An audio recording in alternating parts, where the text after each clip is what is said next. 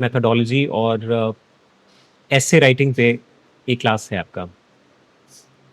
और मुझे ये भी बताया गया कि आउट ऑफ 38 स्टूडेंट्स आपके 15 स्टूडेंट्स ऐसे हैं जो फ्रेशर्स हैं और बाकी पहले भी मेंस लिख चुके हैं।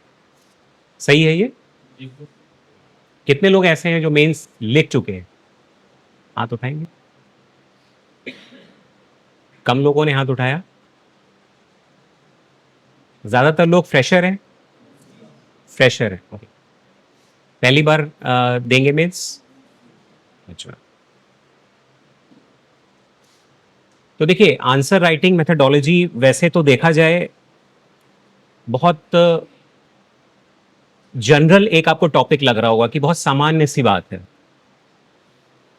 मगर मेंस में आपकी आंसर राइटिंग एबिलिटी, जो एनालिटिकल एबिलिटी है, उसको टेस्ट करने के लिए ही ये मेंस डिजाइन किया गया है पूरा। टाइम इंपॉर्टेंट है, टाइम फैक्टर इंपॉर्टेंट है। एक पर्टिकुलर टाइम में आपको वो आंसर्स लिखने हैं। दो तरीके की बातें हैं इसमें। कई बार आपको ऐसा लगेगा कि आप उस सब्जेक्ट के बारे में, उस पर्टिकुलर क्वेश्चन के बारे में बहुत ज़्यादा जानते हैं, लेकिन वर्ड लिमिट आपको कंस्ट्रेंट कर देती है कि आप प्रिसाइजली उस वर्ड लिमिट में ही लिखें। राइट? आप जानते ज़्यादा हैं, लेकिन आपको कम शब्दों में उसे अभिव्यक्त करना है। वहीं दूसरी ओर कई बार ऐसा होता है कि आपको लगता है कि आप बहुत कम जानते हैं उस पर्टिकुलर टॉपिक के बारे में, और वर्ड लिमिट 300 वर्ड्स की होती है या 250 वर्ड्स की होती है, और आपको एक्सप्रेस करना होता है। तो दोनों ही कंडीशंस में वो चैलेंज है आपके सामने। कैसे ज़्यादा जानते हुए कम शब्दों में अपनी बात को कहना, और जब नहीं जानते हैं तो उसे ज़्यादा शब्दों में कैसे अभिव्यक्त करना है। दोनों तरीके के चैलेंज होते हैं।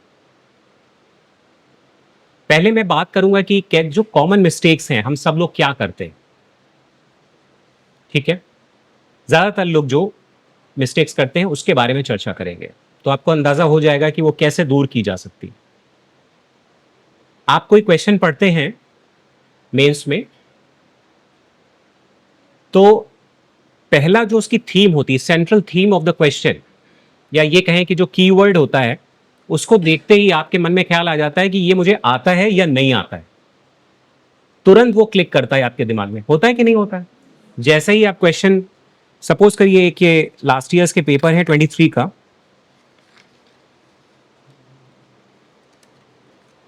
अब एक क्वेश्चन है, मैं पढ़ रहा हूं इसे। The process of urbanization leads to development और devastation in the society, write your views. शहरीकरण की प्रक्रिया समाज के लिए विकास या विनाश है, अपना मत लिखिए। ठीक है? अब बहुत सारे लोग इसको सिर्फ ये देखेंगे कि अर्बनाइजेशन के बारे में पूछा गया है। अगर आपने अच्छे से अर्बनाइजेशन पढ़ा है तो आपका एक माइंडसेट उसी टाइम बन जाएगा कि हाँ, ये अटेम्प्ट करना है, अच्छे से करना है। और अर्बनाइजेशन अगर आपने टच नहीं किया है या कम पढ़ा है, तो आपके दिमाग में तुरंत आएगा कि इसको हम बाद में टेकअप करेंगे, जो पहले आता है पहले उसे क्लिक करेंगे। जब आप फिल्टरिंग करते हैं कि कौन से क्वेश्चन पहले करने हैं, कौन से क्वेश्चन ज़्यादा अच्छे हैं हमारे लिए, कौन से क्वेश्चन बाद में लेंगे। ठीक है? तो एक माइंड फ्रेम में आप आ जाते हैं। ठीक है? और जिसको भी ये क्वेश्चन आता है, जिसको लगा कि अर्बनाइजेशन उसने पढ़ा है, तो वो पहला जो गलती वो होती है कि without understanding the background of the context of the question, जो उसका संदर्भ है, संदर्भ क्या है इसका, कि समाज के लिए वो कितना लाभकारी या हानिकारक है। जो भी अर्बनाइजेशन आज के समय में हो रहा है, बहुत ही कंटेम्प्रेरी क्वेश्चन, आज के संदर्भ में बहुत ही समकालिक क्वेश्चन है ये। तो अब इसमें अर्बनाइजेशन के बारे में सिर्फ नहीं पूछा है, इसमें सोसाइटी से रिलेट करके अर्बनाइजेशन को देखना है। और सोसाइटी का मतलब सिर्फ समाज, वैसा समाज नहीं जो थ्योरेटिकल आपने पढ़ लिया। आज का समाज, आज के कॉन्टेक्स्ट में समाज क्या है, समाज में क्या क्या बदलाव आ रहे हैं, सोशियो कल्चरल चेंजेस क्या आ रहे हैं, लाइफस्टाइल चेंजेस क्या आ रहे हैं, दैट इज इंपॉर्टेंट। और उसी के कॉन्टेक्स्ट में अर्बनाइजेशन हमको कैसे इंपैक्ट कर रहा है, पॉजिटिवली या नेगेटिवली, उस संदर्भ में बात की जानी है। It is not only about urbanisation और द सोसाइटी। ये पूरा आज के संदर्भ में बहुत ही बढ़िया क्वेश्चन है, इसको विस्तार से चर्चा करेंगे। तो जब भी किसी को अर्बनाइजेशन आएगा तो वो कोशिश करेगा कि अर्बनाइजेशन जितना वो जानता है वो उसमें पूरा लिखा है। This is the one of the common mistakes that candidates do, और इससे हमें बचना है। तो इससे एक बात जो निकल के आ रही, वो क्या निकल के आ रही है कि हमें उस क्वेश्चन का संदर्भ, उसका कॉन्टेक्स्ट समझना बहुत जरूरी है। यानी आंसर या क्वेश्चन की रिक्वायरमेंट क्या है, उसकी आवश्यकता क्या है, वो डिमांड क्या कर रहा है। That is the most important factor in writing a good answer. Clear है इतना? बिल्कुल क्लियर है ना, कोई डाउट? अच्छा, दूसरा जो सबसे कॉमन मिस्टेक क्या होती है कि रॉन्ग स्टार्ट और फिनिश, यानी शुरुआत और अंत गलत तरीके से करना। जैसे कई बार ऐसा होता है कि आप जो जानते हैं अर्बनाइजेशन की डेफिनेशन से स्टार्ट कर दें। क्या यहां पे डेफिनेशन पूछी जा रही है? आपके पास कितनी लिमिट है इसकी? 200 वर्ड्स की लिमिट है। और अगर आप अर्बनाइजेशन की डेफिनेशन डिफाइन करने लग जाएंगे तो क्या होगा? 50 वर्ड तो आपके ऐसे ही चले जाएंगे। इसमें कोई स्कोप नहीं है अर्बनाइजेशन की डेफिनेशन लिखने का। ठीक है, जितना पूछा है उतना ही जवाब देना है। आप इस लेवल पे, आपसे ये कोई एक्सपेक्ट नहीं कर रहा है कि आप अर्बनाइजेशन को डिफाइन करिए। आपको सीधे पॉइंट पे आना है, और वो पॉइंट क्या है कि अर्बनाइजेशन कैसे इंपैक्ट कर रहा है। तो आपको स्टार्ट अर्बनाइजेशन की डेफिनेशन से नहीं करना है। दूसरी चीज, जैसा मैंने कहा, अंत, finish off the question, of the answer is very very important. आपने देखा, आपने चालू किया लिखना और आपको लगा कि टाइम, मतलब एक क्वेश्चन के लिए अगर 5-7 मिनट हम रख रहे हैं, 7 से 8 मिनट रख रहे हैं, अब वो खत्म हो रहा है। ठीक है, तो आप एब्रप्टली क्वेश्चन को, आंसर को खत्म कर देते हैं, which is also very wrong. एकदम अचानक से कोई क्वेश्चन नहीं, उसका जो कंक्लूडिंग पार्ट है उसको लगने के बाद रीडर को या एग्जामिनर को यह लगना चाहिए कि आपने उससे सेटिस्फाई किया है। ठीक है, तो दूसरी जो गलती सबसे ज्यादा होती है कि रॉन्ग स्टार्ट और एब्रप्ट फिनिश, अचानक से आंसर को खत्म कर देना। ठीक, कोई डाउट? आप लोगों में से ऐसा होता है? हुआ है किसी से? हुआ होगा, मुझसे भी हुआ है। ठीक है, थर्ड क्या होता है कि इनइफेक्टिव एक्सप्रेशन, यानी जो अभिव्यक्ति होती है वो बहुत ही टूटी फूटी, इनकोहेरेंट, जिसको कहते हैं ना कि कोई आपस में तालमेल नहीं होना। फर्स्ट सेंटेंस है, सेकंड सेंटेंस है, तीसरे सेंटेंस में कोई कोई कोऑर्डिनेशन नहीं होना, कोई तालमेल नहीं होना। उस वजह से क्या होता है कि आप कहना तो चाह रहे हैं, आपका पॉइंट भी सही है, लेकिन एक्सप्रेशन, जो अभिव्यक्ति है, वो प्रभावशाली नहीं है। और उस वजह से भी जो रीडर है, जो एग्जामिनर है, उसको लगता है कि आप अपनी बात एक्सप्लेन नहीं कर पा रहे हो। ठीक है, कई बार ऐसा होता होगा, बहुत कॉमन सी मिस्टेक है। अब इसके बाद जो अगली गलती होती है, किसी भी आंसर के 2 पार्ट होते। कोई भी क्वेश्चन उठा के देख लीजिए, मोस्टली आपको 90% ऑफ द केसेस में आपको उसका एक कंसेप्चुअल पार्ट मिलेगा और एक फैक्चुअल पार्ट मिलेगा। एक कंसेप्चुअल पार्ट होगा और एक फैक्चुअल पार्ट होगा। अब इन दोनों में कोई अलग अलग नहीं है चीजें, एक ही आंसर में आपको इस तरह से लिखना है आंसर कि आपका जो फैक्चुअल पार्ट है, that should substantiate, that should support the conceptual part. जैसे अर्बनाइजेशन और सोसाइटी की बात कर रहे हैं, अर्बनाइजेशन कितनी तीव्रता से बढ़ रहा है? 32% अर्बनाइजेशन हो चुका है। इसका यह कतई मतलब नहीं है कि बहुत ज्यादा हो गया है। अभी भी 68 ऑफ द 8% पॉपुलेशन जो है वो रूरल एरियाज में रिसाइड कर रही है। लेकिन आपका पॉइंट है अर्बनाइजेशन को इंफेसाइज करना, तो आप अर्बनाइजेशन को कैसे डेटा से सब्सटैंशिएट करते हो? लाइफस्टाइल चेंजेस, जोमैटो, स्विगी, ओला, उबर, ब्लिंकिट, ये सब क्या है? लाइफस्टाइल चेंजेस, अर्बनाइजेशन के साइड इफेक्ट्स हैं। लाइफस्टाइल चेंज हो रही, बहुत फास्ट हो गई, बहुत मटेरियलिस्टिक हो गई है। ठीक है, अब इसका इसका पॉजिटिव क्या है? Gig workers economy. Gig economy के बारे में सब जानते होंगे आप लोग। तो एक बड़ी इकोनॉमी, गिग इकोनॉमी खड़ी हो गई है, लेकिन इसका नेगेटिव इंपैक्ट क्या है सोसाइटी पे? बहुत सारे नेगेटिव इंपैक्ट्स हैं।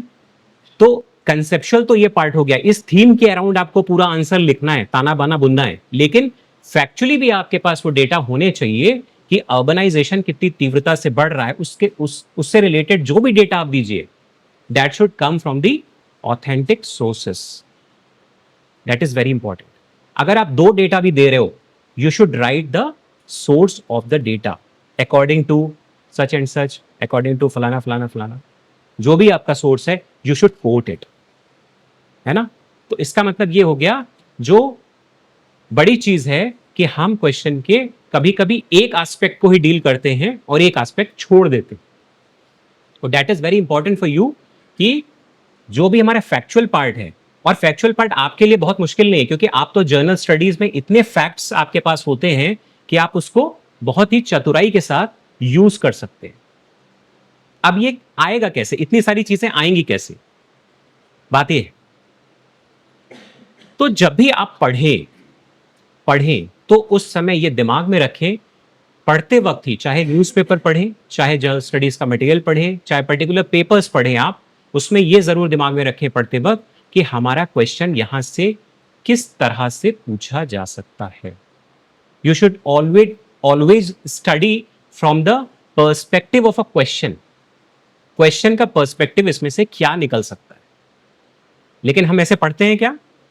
कई बार नहीं पढ़ते, मैक्सिमम टाइम ऐसे नहीं पढ़ते। हम केवल उस टॉपिक्स को पढ़ लेते हैं, लेकिन हम ये सोचते वक्त नहीं पढ़ते कि भाई हम पढ़ रहे हैं तो यहां से ये इस तरह से पूछा जा सकता है। ये प्रीलिम्स में भी आपको फायदा पहुंचाता है और ये मेंस में भी कई बार आपको फायदा पहुंचाता है। ठीक है। दूसरी चीज कि हर चीज के, हर जो भी आप पेपर उठा के देख लीजिए, उसका एक लार्जर पिक्चर है, यानी एक मैक्रो पिक्चर है, और एक उसकी माइक्रो पिक्चर है। जैसे अर्बनाइजेशन देखें तो क्या है, ग्लोबल सिनेरियो में या इंडियन कॉन्टेक्स्ट में अर्बनाइजेशन एक लार्जर पिक्चर की तरह है। तो उस फिनोमिना को समझना, उस फिनोमिना को, उस प्रक्रिया को, उस सामाजिक प्रक्रिया को आपको समझना जरूरी है कि ये कैसे हो रहा है, उससे हमारे जीवन में क्या बदलाव आ रहे हैं। ठीक है। जब ये उस बीज को आप पकड़ लेते हैं, उस इंडियन सोसाइटी के खासतौर से पेपर्स में जो आप पकड़ लेते हैं, उस कॉन्टेक्स्ट को पकड़ लेते हैं, बैकग्राउंड में किस तरह से बहुत सारे फैक्टर्स एक दूसरे से को रिलेटेड हैं और कैसे वो इंपैक्ट कर रहे हैं, जब ये चीजें आप करने लगते हैं तो इसका मतलब है कि आपका थॉट प्रोसेस बेटर हो रहा है, आप उस सोशल फिनोमिना को समझने में सक्षम हैं, और यही आपको करना है। जब भी आप क्लास में भी पढ़े तो पढ़ने के दौरान तो नहीं मैं कह रहा हूं, लेकिन पढ़ने के बाद जब आप रिवीजन करते हैं तो उस दौरान आपको इस दृष्टिकोण से पढ़ना चाहिए कि आज हमें ये जो पढ़ाया गया है, यहां से इस तरह से हमारे क्वेश्चंस निकल सकते हैं। जब आप इस दृष्टिकोण से करने लगेंगे तो कोई भी क्वेश्चन आपके सामने आएगा, it will not be a challenge, वो कोई डिफिकल्ट टास्क आपके लिए नहीं रह जाएगा, क्योंकि आपका जो सोचने का तरीका है, जो थॉट प्रोसेस है, वो कुछ वैसे ही होगा जिस तरह से ये क्वेश्चन पूछा गया है। ठीक है। अब आप बताइए, आपके कोई क्वेश्चंस हो तो अब मैं वो टेकअप कर सकता हूं एक एक करके। हाँ, हैंड रेस करके आप क्या पूछ रहे हैं? Critically evaluate. हाँ, क्रिटिकली इवैल्यूएट का मतलब ये होता है कि प्रॉज एंड कॉन्स, मेरिट्स और डिमेरिट्स, दोनों पक्ष, दोनों दृष्टिकोण से आपको करना है। ठीक है। इवैल्यूएट में भी वही है, लेकिन क्रिटिकली मतलब ऐसा नहीं कि वो समालोचना है, आलोचना नहीं है, वो समालोचना है। ठीक है। दोनों ही पक्षों को आपको सामने रखना। देखिए, एग्जामिन और इवैल्यूएशन में बहुत अंतर नहीं है। एग्जामिन भी एक तरीके का परीक्षण आप कर रहे हैं, और इवैल्यूएट में भी आप उसके पॉजिटिव्स और नेगेटिव्स को देख रहे हैं। केवल शब्दों का डिफरेंस है, अदरवाइज कोई मेजर डिफरेंस नहीं है। हाँ, गवर्नमेंट ऑर्गेनाइजेशन और गवर्निंग डिपार्टमेंट का क्वेश्चन था तो उसमें तो पहले इंट्रोडक्शन से 2-3 लाइन लिखनी पड़ेगी, फिर हम बेसिकली वर्ड इंपॉर्टेंट समझते हैं क्या है, मतलब ऐसे तो इंट्रोडक्शन लिखना है कि सब ये आप पे अटैक करना है, मतलब तो आप सीधे विमेन एम्पावरमेंट पे आइए और आपका gender inequality index it includes all the parameters, जो 3 आपके socio economic indicators, political indicators हैं, वो सारे उसमें समाहित हैं। तो वो जैसे ही आप डिफाइन करेंगे उस इंडेक्स को, तो वैसे ही वो क्लैरिफाई हो जाएगा, है ना? क्योंकि आप समझने की कोशिश करिए कि टाइम फैक्टर, जो टाइम कंस्ट्रेंट है, वो आपका बहुत इंपॉर्टेंट फैक्टर है। अगर आप वर्ड लिमिट एक्सीड करते हो तो आप पीछे रह जाओगे, आप क्वेश्चंस छोड़ दोगे। पहले तो इंट्रो में तो डिफाइन डिफाइन कुछ नहीं, मैंने शुरुआत में ही कहा कि answer should be to the point. आपसे पूछा नहीं जा रहा है कि विमेन एम्पावरमेंट क्या है, आपसे यह पूछा जा रहा है कि विमेन ऑर्गेनाइजेशन का रोल क्या है विमेन एम्पावरमेंट में। तो जैसे ही आप इंडेक्स को डिफाइन करेंगे, it will include all the parameters, वो उसी से क्लैरिफाई हो जाएगा कि आप किस बारे में विमेन एम्पावरमेंट को कैसे देख रहे हैं। क्वेश्चन की बात करें, देखिए स्टार्टिंग का कोई ऐसा फॉर्मूला नहीं है, वो डिपेंड करता है क्वेश्चन टू क्वेश्चन। जैसे 2 एग्जाम्पल मैंने अभी लिए आपके सामने, उसकी सेंट्रल थीम को आपको पकड़ के चलना है। उस क्वेश्चन में क्या एक्चुअली एम्फेसाइज किस पे किया जा रहा है, वो आपको समझ में अगर आ गया तो अल्टीमेटली वही है रीडर। जैसे मान लीजिए एक एक्सरसाइज आप लोग कभी करके देखिए कि क्रॉस चेक आप लोग करें हैं, कभी क्रॉस चेक किया है आपस में आंसर? तो क्रॉस चेक में आपको बहुत सारी चीजें पता लगेंगी। एज अ रीडर आप कैसे किसी आंसर को इवेल्युएट करते हैं, आपको खुद अंदाजा हो जाएगा कि हम क्या गलती कर रहे हैं या दूसरे वाला क्या गलती कर रहा है, उसको कैसे प्रेजेंट करना चाहिए। और एग्जामिनर तो वैसे भी जानते हैं कि एग्जामिनर तो आपकी कॉपी चेक करने वाला व्यक्ति है, वो स्टूडेंट तो है नहीं, ठीक है? तो उसकी एक्सपेक्टेशंस दूसरी होंगी। और सबसे बढ़िया तरीका अच्छे आंसर लिखने का वो यही है कि if you understand the requirement और the demand of the question, आपका 90% टास्क पूरा हो गया। ठीक है, अब आपकी बात पे ही आ रहा हूं। जैसे आपने कहा कि हम किसी को कोट करके कर सकते हैं या हम फैक्चुअली शुरू कर सकते हैं, ठीक है? तो ये इसका कोई हार्ड एंड फास्ट रूल नहीं है, आप शुरुआत दोनों भी तरीके से कर सकते हैं, लेकिन मेरा पॉइंट सिर्फ वही है कि आपका जो की पॉइंट है वो शुरुआत से ही एड्रेस होना चाहिए। क्यों? क्योंकि आपकी वर्ड लिमिट बहुत ही कम है, 200-300 शब्द कोई ज़्यादा नहीं होते। अगर आप शुरुआत के 50-100 वर्ड ऐसे ही डिफाइन करने में लगा देंगे, तो आप आंसर की रिक्वायरमेंट पूरी नहीं कर पाएंगे। ठीक है, आप फैक्चुअली भी शुरू कर सकते हैं, नो पॉइंट। अगर फैक्चुअली आप अपने की पॉइंट को एड्रेस कर रहे हैं, देन इट इज गुड, कोई प्रॉब्लम नहीं है। अगर आप उस विमेन एम्पावरमेंट को किसी पैरामीटर से डिफाइन करना चाह रहे हैं, उसमें भी कोई इशू नहीं है, आप शुरू कर सकते हैं। ठीक है, इट अल्टीमेटली डिपेंड्स कि आप कैसे जस्टिफाई कर रहे हो उसको। आपको बेसिकली जस्टिफाई करना है जो पूछा जा रहा है। ठीक है, आप शुरुआत किसी भी तरह से कर सकते हो, लेकिन अपनी वर्ड्स को बहुत ही सोच समझ के खर्च करना है आपको। ठीक है, ये इंपॉर्टेंट लॉ है इसका, आप कह सकते हैं। तो उसके लिए bullet point हाँ, ये एक अच्छा क्वेश्चन पूछा आपने, क्योंकि कई बार ऐसा होता है कि आपके पास समय बहुत कम है, तो आपको लगता है बुलेट पॉइंट्स में लिखने से आपका आंसर जल्दी पूरा हो जाएगा और वर्ड लिमिट भी पूरी हो जाएगी। उसमें फ्रेमिंग भी आपको कम अप्लाई करनी पड़ती है, बुलेट पॉइंट्स में सीधे कीवर्ड्स। देखिए, मैं इसको दो तरीके से समझाऊंगा कि बुलेट पॉइंट्स के भी बहुत सारे क्वेश्चंस आते हैं। जैसे पॉलिसी वाले अगर आ जाएं, जिसमें पॉलिसी स्पेसिफिक कुछ पूछा हो, जैसे यूपी के कॉन्टेक्स्ट में अगर आप देखेंगे तो पिछले कई सालों में जो पॉलिसीज बनी हैं उस पर काफी सारे स्पेसिफिक क्वेश्चंस पूछे गए। तो वो जो पॉलिसी वाले क्वेश्चंस हैं उसको आप बुलेट पॉइंट्स में एड्रेस कर सकते हैं, बिकॉज वो हाईलाइट करते हैं वो प्रोविजंस क्या रखे गए हैं, स्पेसिफिक प्रोविजंस क्या रखे गए हैं उस पॉलिसी में, वो हाईलाइट होते हैं।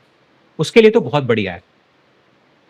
दूसरा मेरा कहना है कि कंपैरेटिव भी जहां पे हो, जहां पे कंपैरिजन भी अगर आपको दिख रहा हो, तो वहां भी आप अप्लाई कर सकते हैं बुलेट पॉइंट्स को, क्योंकि एक डिफरेंशिएशन आपको दिखाना है, ये ऐसे है तो ये ऐसे है, पहले ये था तो अभी इस तरह से है। जहां पे कंपैरिजन, डिफरेंशिएशन, डिस्टिंग्विश करना हो, उस तरीके के क्वेश्चंस में भी आप बुलेट पॉइंट्स यूज कर सकते हैं। ठीक है, लेकिन इसको ज्यादा इस्तेमाल करने से बचिए। क्यों? उसका रीजन मैं बता दूं। क्योंकि कॉपी चेक करने वाले को, एग्जामिनर को ये लग सकता है कि that you are not good at expressing your views, क्योंकि आपको अल्टीमेटली 200 शब्दों में एक्सप्रेस करने को कहा गया है। तो हर जगह ये रूल अप्लाई मत करिए, कुछ स्पेसिफिक क्वेश्चंस में आप इससे सोच समझ के इसका यूज करिए। और तीसरा एक कंडीशन और है, तब यूज कर सकते हैं जब आपका पेपर छूट रहा हो। यह भी प्रॉब्लम आती है लास्ट में जाके, आपको लगता है कि अभी टाइम बहुत कम है और हमारे पास एटलीस्ट हम आंसर पूरे तो कर ले, कभी कभी ऐसी सिचुएशन भी आ जाती है। इन दैट केस आप वो इस्तेमाल कर सकते हैं strategy, but use it wisely. देखिए बुलेट पॉइंट्स को आप एक्सप्लेन इसलिए नहीं कर रहे हैं, अगर आपको एक्सप्लेन ही करना होता तो आप पैरा में ही एक्सप्लेन कर सकते थे। बुलेट पॉइंट्स को आप एक्सप्लेन नहीं कर रहे हैं, बुलेट पॉइंट्स वहां पे यूज करने हैं जहां स्पेसिफिक चीजों के बारे में पूछा गया है किसी पॉलिसी से रिलेटेड, तो वहां एक्सप्लेनेशन की जरूरत नहीं है। वहां पे तो सिर्फ ये पूछा जा रहा है कि इस पॉलिसी में क्या है, क्या है, ठीक है। तो वहां पे आप इसको अप्लाई करिए। एक्सप्लेन अगर आप करेंगे तब तो फिर आपको पैरा में ही लिखना बेटर है। जहां पे एक्सप्लेनेशन चाहिए, एलैबोरेशन चाहिए, उस तरीके के सिचुएशंस में आपको एक्सप्रेस करना है तो आप पैराग्राफ में ही आंसर लिखिए। और बताइए, और कोई क्वेश्चन जहां पे आपको लगता है कि प्रॉब्लम आती है आपको?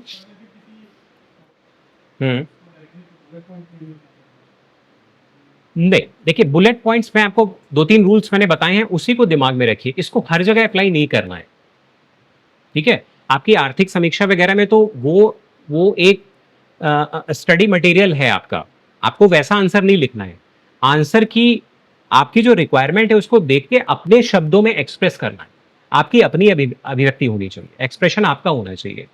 मोस्टली आपको पैरा में ही लिखना है, लेकिन 2-3 कंडीशंस जो मैंने बताई हैं बस वहीं पे आप बुलेट पॉइंट्स का इस्तेमाल करिए।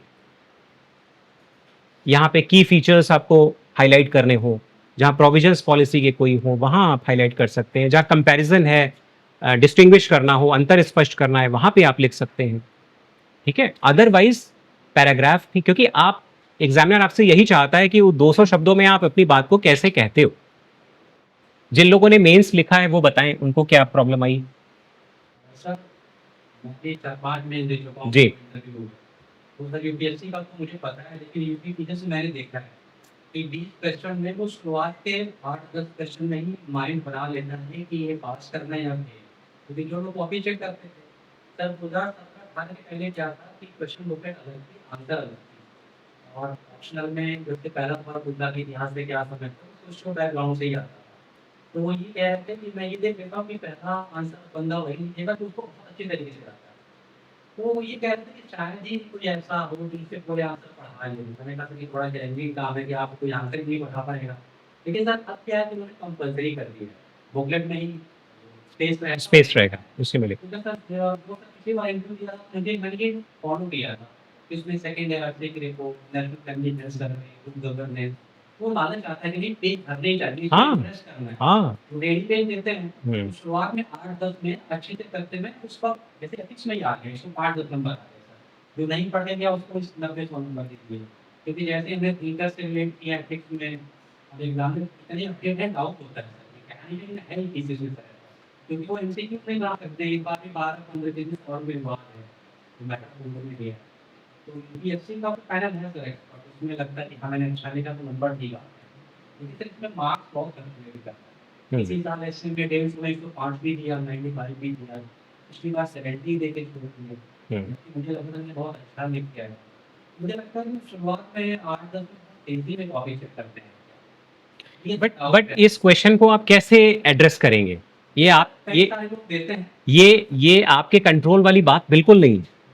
आपको तो अपना 100% देना है। आपको ये देखना है, आपको सेल्फ असेसमेंट करना है, ना कि एग्जामिनर का असेसमेंट करना है। वो कैसे दे रहा है, वो बायस होके दे रहा है, वो प्रेजुडिस होके दे रहा है, या कैसे इवैल्यूएट कर रहा है, उस विषय पे अगर आप सोचने लग जाएंगे तो आप अपनी तैयारी को भूल जाएंगे कि आप क्या करना है, आपको क्या करना है।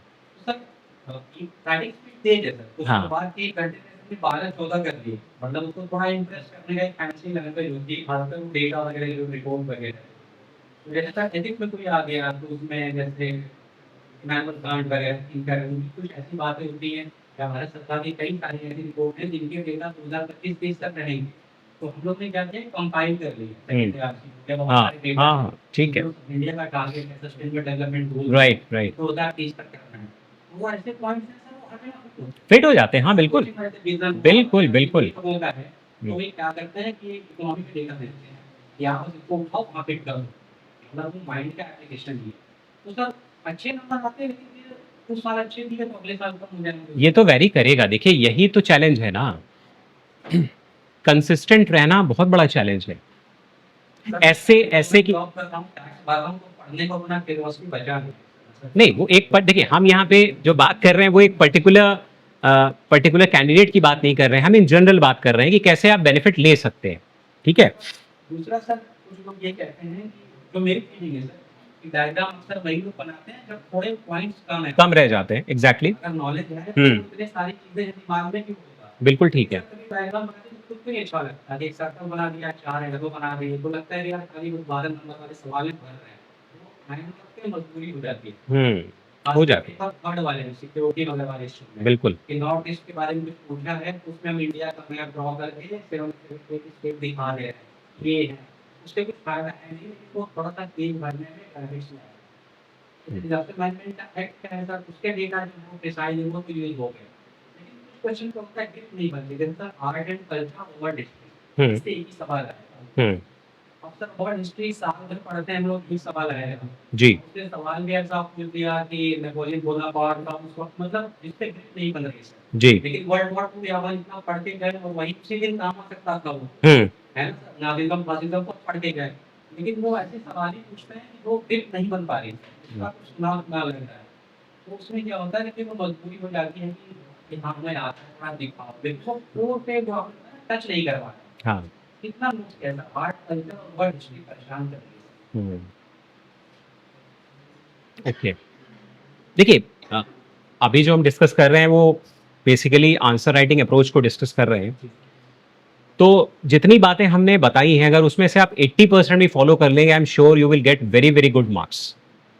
ठीक है, ये आजमाई हुई चीज़ें हैं, और जिस जिस जो तरीके की बात आप कर रहे हैं वो सब हम लोग भी जब कंपटीशन देते थे तो इसी तरीके की बातें हम लोग के भी ख्याल में आती थी कि ऐसा हो रहा है। लेकिन मेरा आपको ये कहना है कि इस बारे में कतई मत सोचिए, don't waste your energy in analysing examiner's point of view. आपको जो फोकस करना है वो अपने ऊपर फोकस करना है, और उस पर पूरा फेथ रखिए, पूरा फेथ रखिए। ठीक है, 1% भी आप डेविएट मत होइए उस चीज से। अगर 1% भी आपके मन में ये आ गया कि एग्जामिनर 5-10 मिनट में या एक इंप्रेशन बना लेता है शुरू में और उसी प्रकार से नंबर देता है, तो मैं इस चीज को आपको कहूंगा कि आप इसको बिल्कुल दिमाग से निकाल दीजिए, वरना ये आपको नुकसान पहुंचाएगा। सर ये इसलिए आया कि पिछले साल से इन्होंने यूपी पेपर 5वां और 6वां जोड़ दिया, तो उसमें लोगों को 200 में 23 भी मिले हैं, 105 भी मिले होंगे, मिले होंगे। सर 200 में 23 और पेपर 1 में, तो मतलब ये है कि एक डाउट आ रहा है सर मन में कि क्या लिखे या जैसे ट्रेडिशनल रूल वैसे ही फॉलो करते जाए। नहीं, आप इस बेसिस पे कैसे आप अपनी आंसर, अपनी कैपेबिलिटी को चैलेंज क्यों कर रहे हैं? दूसरे के साथ क्या हो रहा है या किसी और को कैसे मार्क्स मिल रहे हैं, इससे आप क्यों प्रभावित हो रहे हैं? आप अपने आप को देखिए ना। कंपटीशन में क्या है? कंपटीशन में ये है कि सारे लोग मेहनत कर रहे हैं, 100 लोग कंपटीशन दे रहे हैं, सब लोग मेहनत कर रहे हैं, लेकिन आप एज कैसे ले सकते हो वो उस पर काम करना है। और एज कैसे ले सकते हो? जब आप अपने बारे में सोचोगे। आपको नहीं पता आपका कॉम्पिटिटर क्या कर रहा है, और वो कैसे इंप्रूव होगा? वो तब इंप्रूव होगा जब लास्ट टाइम आपकी जो परफॉर्मेंस रही है, लास्ट बेस्ट परफॉर्मेंस जो रही है आपकी, वो बेंचमार्क है आपका, उससे आप कैसे बढ़ सकते हैं। लास्ट परफॉर्मेंस नहीं, लास्ट बेस्ट परफॉर्मेंस आपकी कौन सी रही है, वो बेंचमार्क है। उससे आपको एक स्टेप कैसे बढ़ना है, वो तभी हो सकता है कि जब आप अपनी गलतियों को दोहराएं नहीं, रिपीट नहीं करें। ठीक है, ये बहुत इंपॉर्टेंट है। और मैं बताऊं कि ये पीसीएस की जो डगर है ना, वो इसी तरीके की है, just like snakes and ladders की तरह। आप चढ़ते उतरते रहते हैं, इसी तरीके से चलता है ये। लेकिन इसकी जो मूल जिसको हम कहेंगे ना कि लॉ अगर आप निकाले में से, तो वो यही है कि आप रेगुलरली एनालाइज करिए कि कहाँ आप गलतियां कर रहे हैं। वीकनेसेस भी हैं आपकी स्ट्रेंथ भी। आप दो तरीके हैं। ये ऐसा कंपटीशन है कि आप वीकनेस को कॉम्प्रोमाइज करके आप कंपटीशन बीट नहीं कर सकते। फाइनली अगर आपको अच्छी रैंक लानी है, अगर केवल क्वालिफाई करना है तो अलग बात है, लेकिन अच्छी रैंक लानी है तो अगर आपकी 30% भी वीकनेस है, then you should make efforts to overcome those weaknesses. बहुत इंपॉर्टेंट है ये। आप 70% स्ट्रेंथ पे you can not take the position of an SDM, वो आप पोजीशन नहीं पा सकते, वहां पे बहुत कंपटीशन है, छोटा ब्रैकेट है, वैकेंसीज कभी आ जाती बहुत ज्यादा भी आएंगे, 30 35 40 50, इससे ज्यादा तो कभी नहीं, ठीक है ना। तो अगर टॉप रैंक के लिए आप कॉम्पीट कर रहे हैं तो अपनी वीकनेसेस को आइडेंटिफाई करके उस पर काम करना, एटलीस्ट वो इस लेवल पे ले आइए कि वो नुकसान ना पहुंचाए आपको, ठीक है। जैसे हम सबकी अपनी स्ट्रेंथ होती है, कुछ पेपर्स में हम स्ट्रांग होते हैं तो हम उसमें ज्यादा टाइम डिवोट करते हैं क्योंकि वो हमें अच्छा लगता है, अच्छा लगता है, और जो हमारी वीकनेस है उस पर हम अवॉइड करते हैं। आप देखिए अपना माइंडसेट, आप उसको हमेशा अवॉइड करोगे, बट एक्चुअली में आपको टाइम ज्यादा डिवोट करना है, वहां पे समय ज्यादा देना है, उसको इस लेवल पे ले आना है कि वो आपको नुकसान ना पहुंचाए, इतना कर लेना। हर सब्जेक्ट अकॉम्प्लिश कर लेना वो पॉसिबल नहीं है, लेकिन हाँ कंपटीशन के लिए आपको ज़रूरी है कि अपनी जो 30% वीकनेस है उसको कम से कम करके जितना मिनिमाइज कर सकते हैं वो मिनिमाइज कर लीजिए, बहुत ज़रूरी है ये। कंपटीशन तो आप निकाल लेंगे, लेकिन वो जो जहां आप देख रहे हैं ना, जिस गोल को आप देख रहे हैं उससे हमेशा चूक जाएंगे।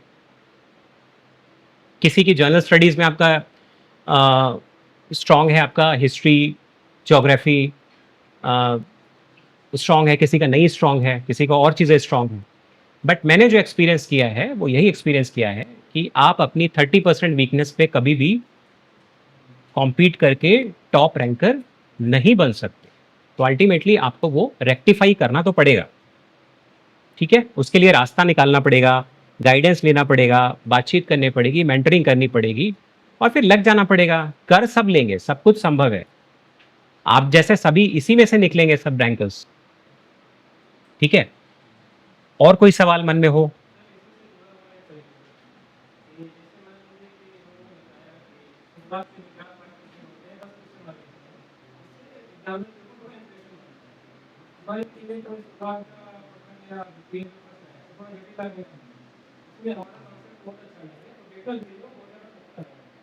डेटा,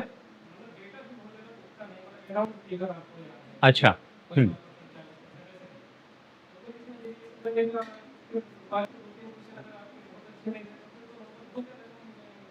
नहीं, मैं फिर वही घूम फिर के आ रहा हूं, आपने वही सवाल दूसरे तरीके से पूछा है। मेरा ये कहना है कि आप अपने आप को देखिए, अपनी स्ट्रेंथ वीकनेस को देखिए। आप एग्जामिनर के पॉइंट ऑफ व्यू से क्यों देख रहे हैं? आपको कैसे पता कि एग्जामिनर क्या सोच रहा है? सर हम एग्जामिनर के व्यू से नहीं देख रहे हैं, वो जैसे 8-10 कॉपी लाई, उसमें क्या है कि 2-3 कॉपी ऐसी भी बच्चे कैंडिडेट होंगे, जैसे सिंपल क्वेश्चन को दी, तो फिर जितने लोगों का मैंने देखा है ना, मुझे लगता है कि शुरुआत के जो 8-10-12 सवाल है, ऐसा नहीं कि 20 को अच्छे नहीं आते, सारे ठीक से आते हैं, 8-10 अच्छे आते होंगे, 4-5 ऐसे आते होंगे, 3-4 में ऐसा होगा कि 2 डेटा वाला है। लेकिन थोड़ा-सा सोच के, जैसे इंडस वैली से क्वेश्चन पूछ लिया, सारे मिलेंगे वैसे ही, यहाँ के नोट्स दिए जा रहे हैं। लेकिन उसी में कुछ गवर्नमेंट ऑफ इंडिया के इनिशिएटिव आ गया, या बजट में गुजरात के लोग मैरीटाइम को आ गया। अगर वो पॉइंट कुछ हम करते हैं तो बाकी वो थोड़ा-सा 10-22 नंबर का मार्जिन हो जाता है। नहीं, वो आप करिए, उसमें पूरी छूट है, मगर मैं अप्रोच की बात कर रहा हूँ। आप लोग जिस तरह से जैसे सोच रहे हैं ना, उस तरह से सोचेंगे तो आप फोकस नहीं कर सकते। आपका फोकस हमेशा ही डेविएट करेगा। आप ये सोचोगे कि हम कैसे शुरुआत करें, कैसे करें। आपको अपनी स्ट्रेंथ पे काम करना है। जैसे आपका कोई क्वेश्चन आया, आपको लगता है कि जटिल है, फैक्ट्स आपके पक्के नहीं है, जैसे आपने बताया, तो जब भी आपको डाउट हो कि फैक्ट्स आपके पक्के नहीं है, कभी भी कोट मत करिए, उसको अवॉइड करिए, ठीक है। उसके कंसेप्चुअल पार्ट पे आप हाईलाइट करिए। Unless and until you are sure about the facts and the source of the fact, you should not quote the facts. अगर 5% भी आप डेविएट कर गए तो उसको मार्क्स काटने का पूरा मौका आप दे रहे हैं। एक फैक्ट से उसका पूरा मूड खराब हो जाएगा, ठीक है। वो आपने मौका दे दिया, क्योंकि ऑब्जेक्टिविटी में मिस्टेक की गुंजाइश कम है। कंसेप्चुअल में आप एक्सप्लेन कर रहे हो, अपना बेस्ट दे रहे हो एक्सप्लेन करने के, लेकिन फिर भी गुंजाइश है कि आप उसमें मार्क्स स्कोर कर सकते हो। लेकिन factually if you are wrong तो यू आर गॉन। तो ये समझना बहुत जरूरी, छोटी छोटी बातें। और ऑर्डर तो आपका कोई भी हो सकता है, कोई आपको ऐसा थोड़ी ना कहा गया कि आप फर्स्ट से ही शुरुआत करो या सेकंड से ही शुरुआत करो। जो आपके बेस्ट क्वेश्चंस हैं आप वहां से ले लो, उठा लो, बिल्ड योर कॉन्फिडेंस। पहली तो आइडेंटिफिकेशन ऑफ गुड क्वेश्चंस है ना, जहां पे आपकी स्ट्रेंथ है, उस पर काम करो। जो आंसर आप अच्छे से जानते हो 5-7 मिनट में आप ये कर लो एक्सरसाइज, ज्यादा टाइम नहीं लगता, ठीक है। पर क्वेश्चन अटेम्प्ट करने से पहले उस क्वेश्चन को कम से कम 3-4 बार जरूर पढ़िए। कीवर्ड्स कौन से हैं, क्या पूछा जा रहा है, किस चीज पे फोकस कर रहा है, and then start the question. Good start good finish आपको अच्छा मार्क्स दिलाएगी दिलाएगी, इसमें कोई डाउट नहीं है। और कोई सवाल? हम्म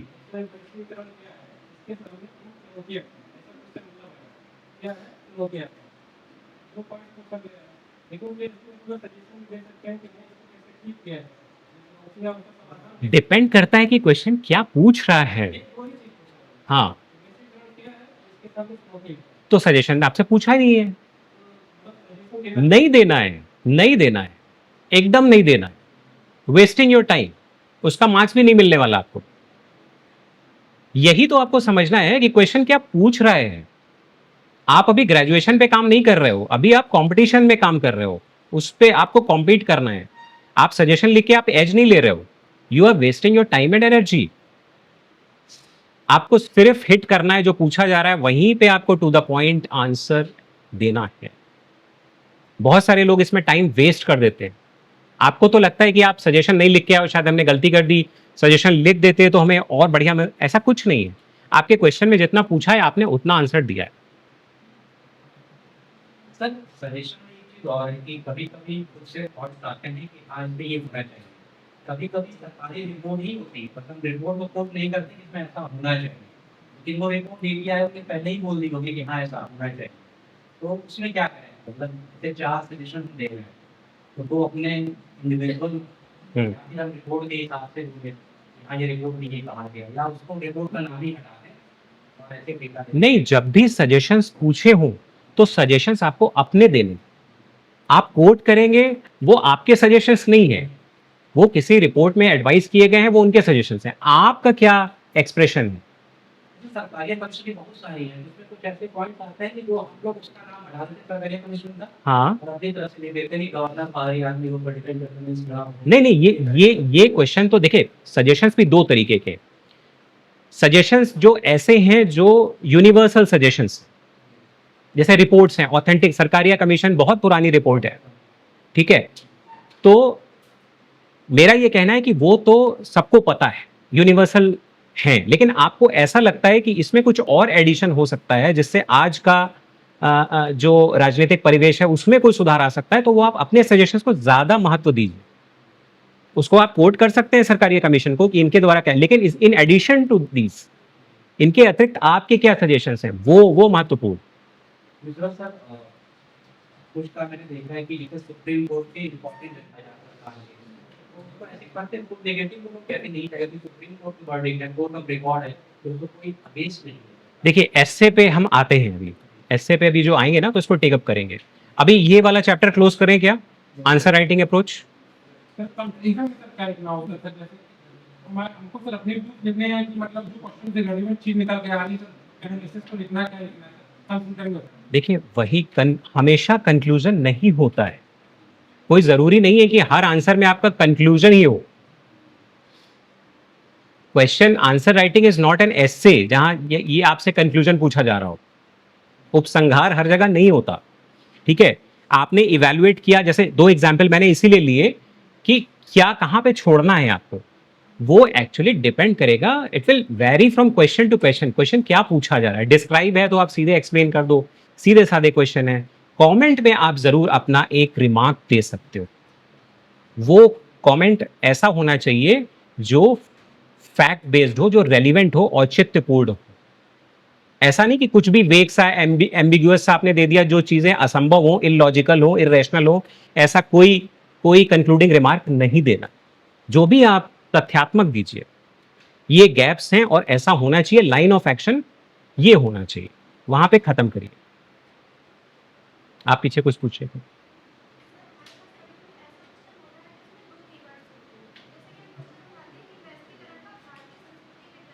बिल्कुल ठीक है।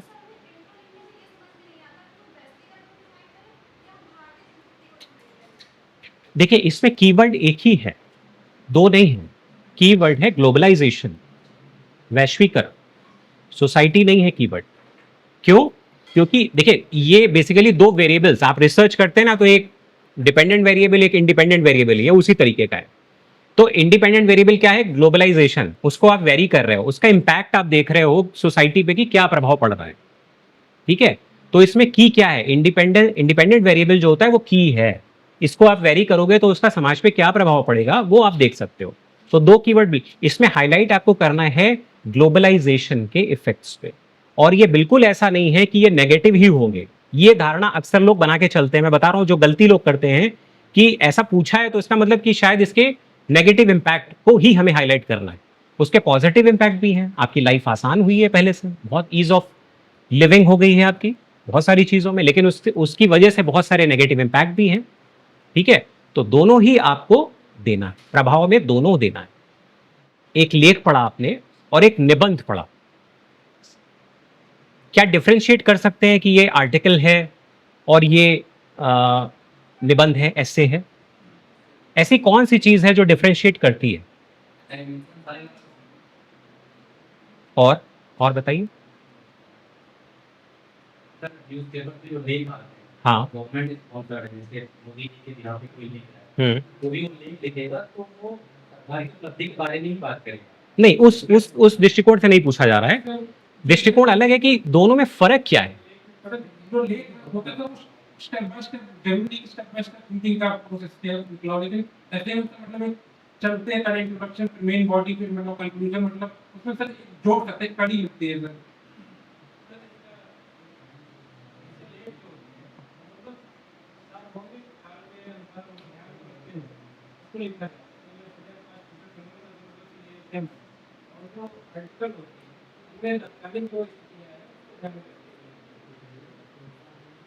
और कोई बताएगा लेख में? अच्छा, केवल आप दोनों को पढ़िए, कोई एक निबंध की किताब उठाइए और एक आर्टिकल पढ़ के देखिए। बहुत सारी चीजें कॉमन हैं, और जो एक दो चीजें कॉमन नहीं है उस पर बात करते हैं। क्या कॉमन नहीं है? शैली, जो उसकी writing, the nature of writing वो डिफर करता है। निबंध की शैली वो ऐसी होती है कि उसकी एक्सप्रेशन, उसमें कुछ कलात्मक शब्द, भाषा शैली, कोटेशंस, ग्रेट फिलोसोफर्स थिंकर्स के स्टेटमेंट्स, ठीक है, और आपका अपना अपना जो पुट है वो उसमें आता है। अपना पुट मतलब आपका एक्सप्रेशन आता है, और वही एक्सप्रेशन उस एसे को एक अलग लेवल पे ले जाता है। आर्टिकल क्या है? ज्यादातर आर्टिकल्स जो आप पढ़ते हैं उनमें कॉन्सेप्चुअल फैक्चुअल पार्ट दोनों होते हैं। कॉन्सेप्चुअल थोड़ा कम होता है, लेकिन फैक्चुअल ज्यादा होता है, क्योंकि समकालिक लेख ज्यादा होते हैं, आज का पुट ज्यादा होगा।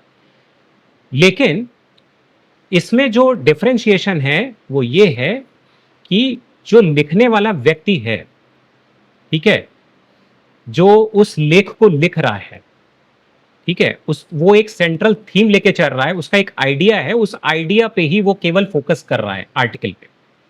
लेकिन निबंध क्या है? थोड़ा सा इसका दायरा बढ़ जाता है, इसका जो स्कोप है वो बढ़ जाता है। आर्टिकल इज टू फोकस्ड, मतलब थोड़ा पिन पॉइंटेड होता है, लेकिन निबंध निबंध मतलब किसी सीमा में बंधा नहीं है। समझ रहे हैं ना? वो बंधा हुआ नहीं है, उसमें आपको लिखने का पूरी अभिव्यक्ति दी गई है। लेकिन आर्टिकल में एक फोकस होता है, उस आइडिया या उस थीम पे पिन पॉइंटेड होता है, और उसके लिए वो फैक्ट्स कॉन्सेप्ट्स दे सकता है। अब बात आती है उसके स्ट्रक्चर की। स्ट्रक्चर आर्टिकल में, जो न्यूज़पेपर आर्टिकल्स हैं उसमें कोई ऐसी बंदिश नहीं है स्ट्रक्चर की, ठीक है। लेकिन जो आप रिसर्च आर्टिकल्स या रिसर्च पेपर्स पढ़ते हैं उनका एक स्ट्रक्चर, डिफाइंड स्ट्रक्चर, उसका एक एब्स्ट्रैक्ट होता है, उसके कीवर्ड्स होते हैं, उसकी ऑपरेशनल डेफिनेशंस होती हैं जिनको वो एक्सप्लेन करते हैं, फिर वो एक हाइपोथेसिस लेके चलते हैं, उस हाइपोथेसिस पे वो काम करते हैं, ठीक है। वो आपका आर्टिकल वाला हो गया, न्यूज़पेपर आर्टिकल्स और रिसर्च आर्टिकल्स। निबंध में क्या है? आपके पास एक्सप्रेशन की पूरी क्षमता है। अब देखिए आप role of literature in character building, कितना कितना ओपन एंडेड क्वेश्चन, ठीक है। अब ये बंधा तो नहीं है, लेकिन आप जब लिखने जाएंगे तो ऐसा तो नहीं है कि आप कहीं से भी शुरुआत कर देंगे और कहीं भी खत्म कर देंगे, ठीक है। तो अब इसको, इसी को समझने की जरूरत है कि ये बंधा हुआ नहीं है, लेकिन फिर भी इसका एक स्ट्रक्चर है, इसकी भी एक व्यवस्थित रूपरेखा है। बंधा हुआ कहां पे नहीं है? एक्सप्रेशन में बंधा हुआ नहीं है।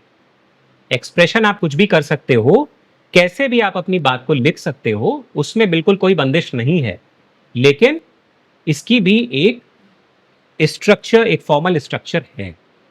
अब वो जैसा आप जानते होंगे कि मेन जो आपका इंट्रो है, इंट्रोडक्शन, दूसरा एक मेन बॉडी जो है, और तीसरा कंक्लूडिंग पार्ट जो है, ये तीन मोटे मोटे सबको पता होगा, ठीक है। अब आंसर जब आप ऐसे लिखते हो तो उसमें सभी लोग एक ही ऐसे को लिखते हैं, लेकिन मार्क्स बहुत वेरी करते हैं, ठीक है।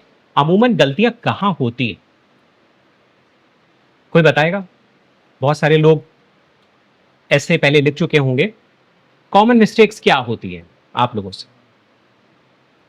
आप जब, अच्छा, सिलेक्शन पे आ जाइए, सिलेक्शन ऑफ द एसे, जैसे 3 ऐसे दिए हुए हैं, role of literature in character building, the problem of old peoples in metropolitan cities, third है meaning of G20 leadership for India. अब आप शायद ये सोच के करोगे कि आपने जर्नल स्टडीज में कंटेंट किसका ज्यादा है मेरे पास, यही तो देखोगे। कुछ लोग कहते हैं कि G20 में लिखोगे, कम लोग लिखेंगे। हाँ हाँ, ये भी एक क्राइटेरिया होता है कि जो कम लोग अटेम्प्ट करें, आप वो वाला अटेम्प्ट कर लो। तो सिलेक्शन का क्या क्राइटेरिया होना चाहिए? जिसमें सबसे ज्यादा कंफर्टेबल है। एग्जैक्टली और कंफर्टेबल का क्या मतलब है? जिसका ज्यादा कंटेंट हो, जिसके बारे में आपको तथ्य ज्यादा पता हो, ठीक है। बहुत बार एस्से में ये गलतियां होती हैं, सिलेक्शन ऑफ एस्से। आप पेपर दे के आओगे, आप शायद बाद में पढ़ो और आपको लगे कि हमने गलत एस्से अटेम्प्ट कर दिया। ऐसा कितनी बार हुआ है? हुआ है ऐसा किसी के साथ? मेरे साथ कई बार हो चुका है कि मैं लिख के आया और मुझे लगा कि नहीं, दूसरा एस्से लिखना चाहिए। है कोई ऐसा? वो सर जब आर्टिकल के बाद लोग बात करते हैं ना, सबने वही लिखा, जो सिंपल था, हमने G20 अटेंड करा, यही लिखना चाहिए था। क्यों? क्योंकि उस पे क्लिक बन रही थी, कुछ सुभाषिका ने कुछ कोड मिल जा रहे हैं, संस्कृत के कुछ कोड मिल जा रहे थे, नंबर अच्छे उनके भी आए, और यहाँ कुछ नहीं मिला G20 में। सिलेक्शन ऑफ एस्से बड़ा इंपॉर्टेंट होता है, और इस मेरा ये मानना है शुरू के 10 मिनट आपके पास अच्छा खासा समय होता है, ठीक है। 1 घंटे में एक एस्से लिखना है, बहुत अच्छा खासा समय है आपके पास। 3 घंटे में पेपर करना है आपको, तो 10 मिनट शुरू के आप कृपया पूरी तरह फोकस्ड होके, आप सिलेक्शन बहुत इंपॉर्टेंट है, वो आप चुनिए सही से क्या कर सकते हैं। और वो मेरा मानना है कि दूसरे जो एक्सटर्नल फैक्टर्स हैं उस पर बिल्कुल फोकस मत करिए। आप जिसको लगता है कि आपके पास तथ्य हैं, कंटेंट है, बढ़िया लिख सकते हैं, वही अटेम्प्ट करिए। इसमें एक्सटर्नल फैक्टर्स का कोई मतलब नहीं है। किसी एग्जामिनर को नहीं, ये नहीं पता है कि कौन क्या लिख के आया है, ठीक है। तो वो तो ऐसे ही चेक कर रहा है, जो ऐसे उसको अच्छा लगेगा उसमें नंबर वो देगा, ठीक है। तो खैर मान लीजिए आपने पहला ही ऐसे सेलेक्ट कर लिया, role of literature in character building. अब लिटरेचर तो बहुत बड़ा दायरा है, जो हिंदी के विद्यार्थी होंगे या इंग्लिश लैंग्वेज के विद्यार्थी होंगे, उनके लिए लिटरेचर की भरमार होगी, ठीक है। उनके लिए तो ये बहुत बाएं हाथ का खेल जैसा होगा। लेकिन इसमें से निकालना क्या है? इसमें से निकालना है कैरेक्टर बिल्डिंग, ठीक है। इसमें भी जो सेंट्रल थीम है वो लिटरेचर नहीं है, इसमें भी सेंट्रल थीम कैरेक्टर बिल्डिंग, ऐसा साहित्य जो चरित्र निर्माण करता हो, ठीक है। अब ये आपने कभी सोचा इसका इसका ये क्यों पूछा गया होगा, इसका रेलिवेंस? क्योंकि इसका रेलिवेंस आज बहुत है। क्या ऐसा लिटरेचर आपके पास अवेलेबल है कैरेक्टर बिल्डिंग का आज के परिवेश में? ठीक है, पढ़ने की एबिलिटी कम हो गई है, कैरेक्टर बिल्डिंग से जुड़ी हुई चीजें या लिटरेचर इलेक्ट्रॉनिक मीडिया में या प्रिंट मीडिया में किस तरीके का लिटरेचर है, ठीक है। तो आज के परिवेश में जब मॉरल वैल्यूज पे बिल्कुल असर पड़ रहा है, उसकी मॉरल फैब्रिक डिस्ट्रॉय हो रही हो, नैतिक मूल्यों का पतन हो रहा हो, न्यू एजुकेशन पॉलिसी में बात हो रही हो मॉरल वैल्यूज की, डॉक्टर राधाकृष्णन जी की teachings moral education, value based education पे थी, ठीक है, तो अभी पूरा जो एजुकेशन है that is being commercialized, education itself is being commercialized, पूरा कॉमर्शियल स्ट्रक्चर है। ठीक है, अब आप देखिए कि इसको कितना बढ़ा चढ़ा के लिखा जा सकता है। आपने कभी सोचा कि जितने भी एजुकेशनल इंस्टीट्यूट्स हैं वो क्या किसी एकेडमिशियन के हैं किसी एकेडमिशियन के इंस्टीट्यूट? वो सारे, यही नहीं, अमेरिका में भी जितने भी एजुकेशनल इंस्टीट्यूट्स हैं वो पूंजीवादी व्यक्तियों के ही हैं। मीडिया चैनल्स किनके हैं? किसी जर्नलिस्ट के हैं मीडिया चैनल? नहीं है। आप देखिए कितने इसमें निहितार्थ है, कितनी चीजें इसमें छिपी हुई। Literature is not only about books, तो सोशल मीडिया आ गया, वो भी लिटरेचर का पार्ट है। Electronic media is also a part of literature. तो इसमें कितना कुछ लिखने को है इसमें, इसीलिए ये आपसे पूछा गया है कि ये वास्तव में बहुत ही समकालिक विषय है, ये बहुत ही ट्रेडिशनल क्वेश्चन नहीं है। तो इसमें आज का पुट आपको डालना होगा, इसको समकालीन बनाना होगा, और यही इसको रोचक बनाएगा। जहां आपने इसको ट्रेडिशनल पारंपरिक शैली में बना दिया, आप साहित्य पे पूरा आ गए, साहित्य पे पूरा फोकस कर दिया, नीरस हो जाएगा इससे। आपको मॉरल कैरेक्टर बिल्डिंग पे आपको फोकस करना होगा, फिर उसको जोड़ना होगा कि मन मस्तिष्क पे, जो आदमी की साइकी होती है, उस पे इलेक्ट्रॉनिक और प्रिंट मीडिया किस तरीके से असर कर रहा है, कैसे चोट पहुंचा रहा है, और हमारा साहित्य कितना समृद्ध है, कितना प्रबुद्ध है, और वो कैसे हमारे चरित्र निर्माण में अहम भूमिका निभा सकता है। जरूरत किस बात की है? कि जरूरत है कि हम अपने एजुकेशनिस्ट, अपने जो समृद्ध साहित्य रहा है ऐतिहासिक, उसको हम फिर से पुनर्जीवित करें। अब ये तो इसका एक पक्ष हो गया, आपको लग रहा होगा ये पूरा नेगेटिव है, पर ऐसा नहीं है, इसमें भी पॉजिटिव है। सोशल मीडिया के दौर में पुराना साहित्य फिर से पुनर्जीवित हो भी रहा है। कई लोगों तक मुंशी प्रेमचंद के उपन्यास, ऑडियो बुक्स धड़ाधड़ पहुंच रही हैं, लोग सुन रहे हैं। अब ये इसका पॉजिटिव साइड है। अब आप कहां खड़े हो ये आपको पहले से डिसाइड करना पड़ेगा। एस्से लिखने से पहले the direction of essay is very important before you begin the essay. यहीं पे सारी खेल है, सारा खेल यही है कि डायरेक्शन। हम एस्से लिखते हैं आर्टिकल की फॉर्म में, जो हमें आ गया हमने लिख दिया, परोस दिया, हमारा कोई डायरेक्शन, हमारा कोई मंतव्य, एक दिशा उसमें नहीं मिलती है।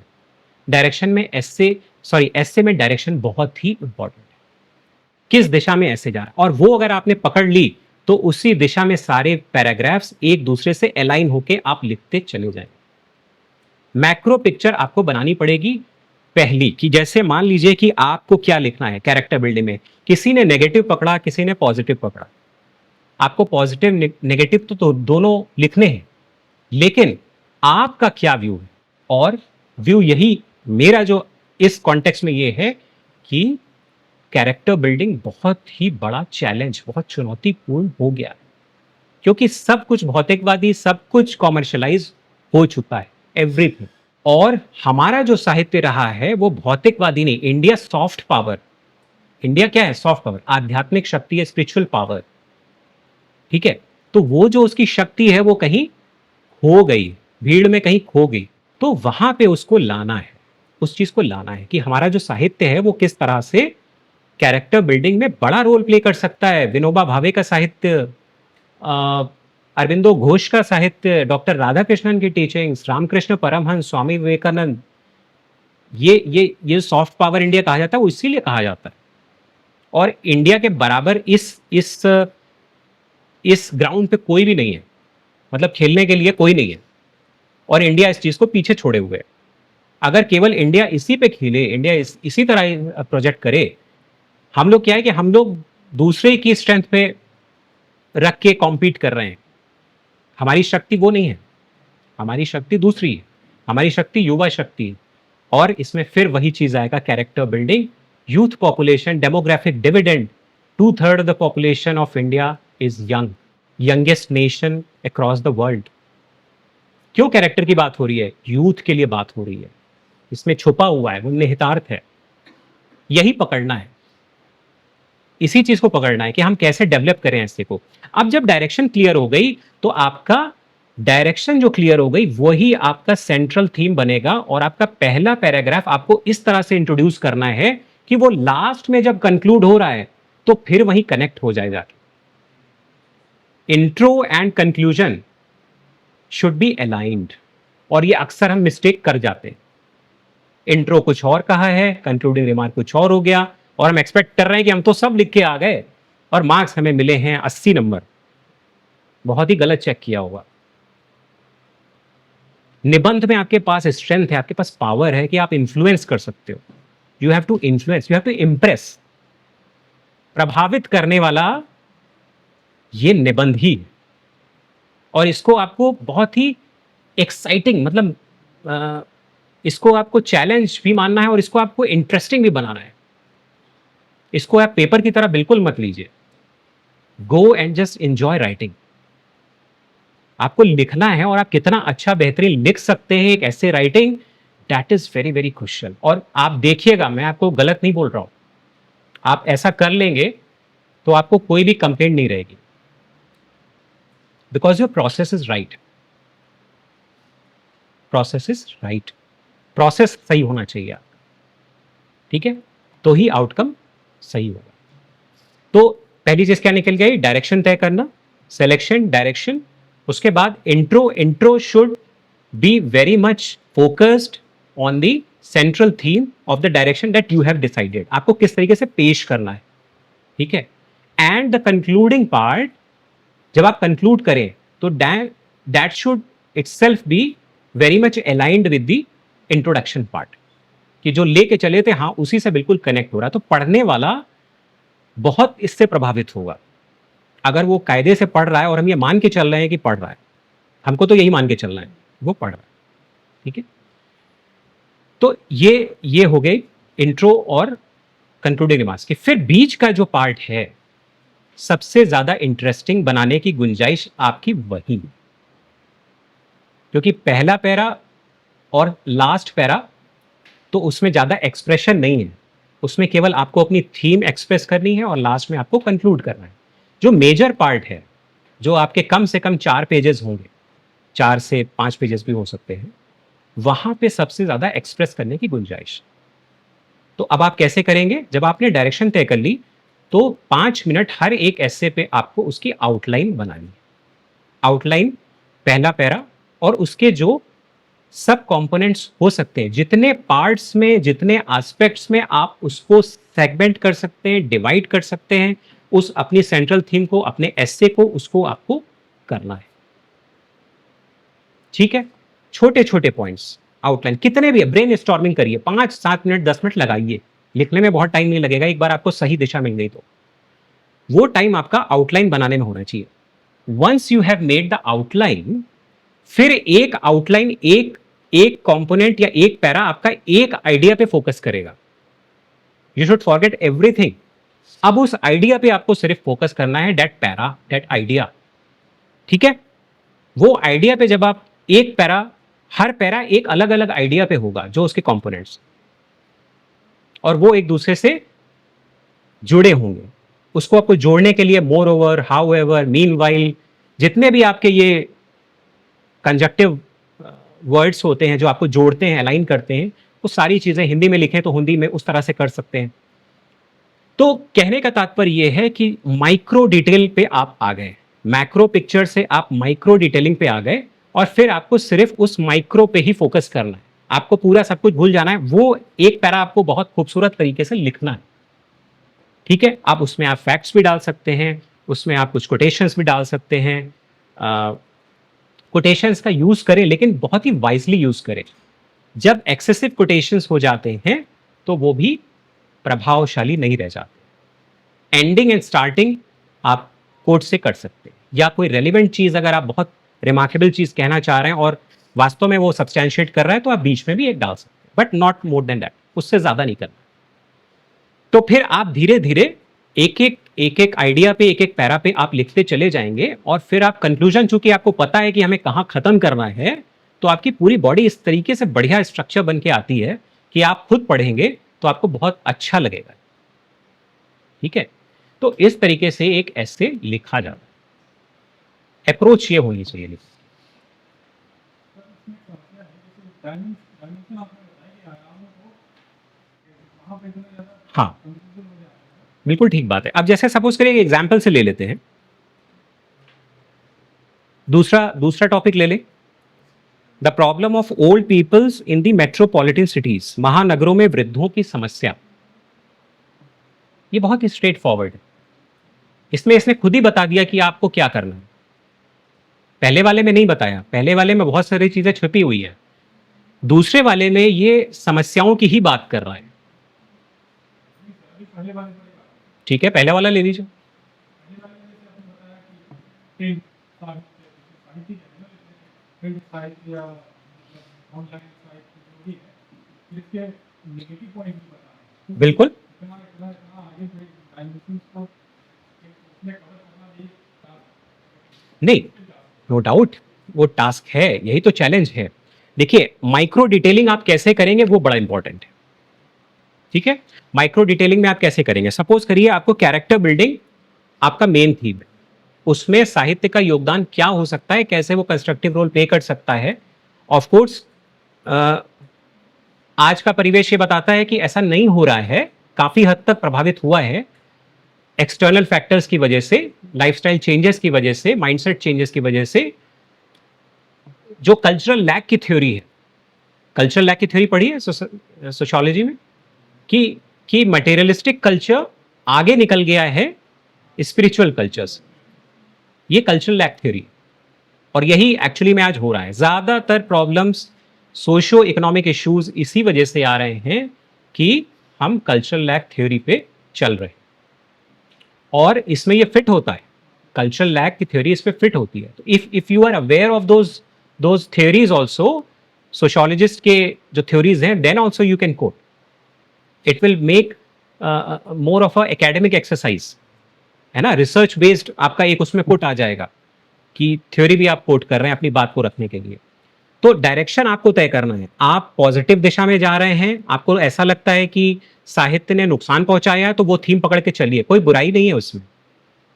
ठीक है, ऐसे में आप जरूर कोट करोगे पॉजिटिव, लेकिन अंत में आप खत्म वही करोगे जो आपका बैलेंस है ना, वो झुका होगा आपका नेगेटिव चीजों की ओर।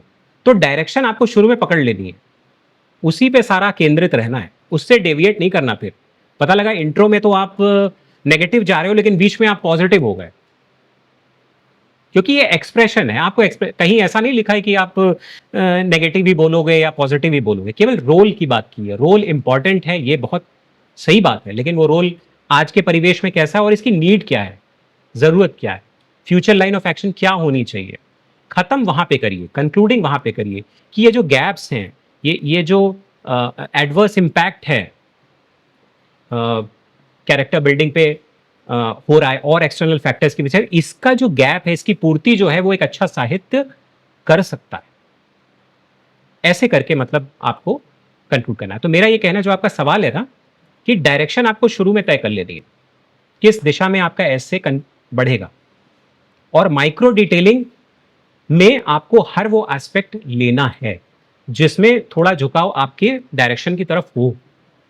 ऐसा ना हो कि झुकाव दूसरी तरफ हो जाए। ठीक है, मतलब तारतम्य एक होना चाहिए।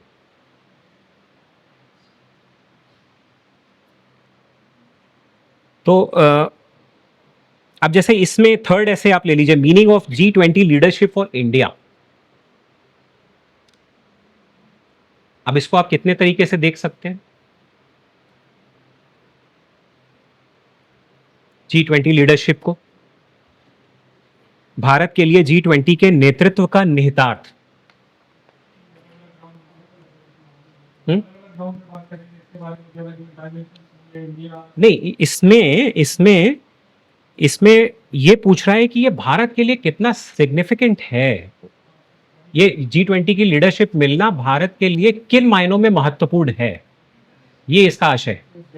अगर गवर्नमेंट ने लोगों में था कि मतलब मुसलमान फैमिली पर तीन सी अराउंड सात तक के अलग अलग मीनिंग्स है उसमें, कि इंडिया में सॉफ्ट लेकिन असिस्टेंट है इसमें आप क्या क्या एंगल ला सकते हैं बताइए, अच्छा इस पर डिस्कस करते हैं।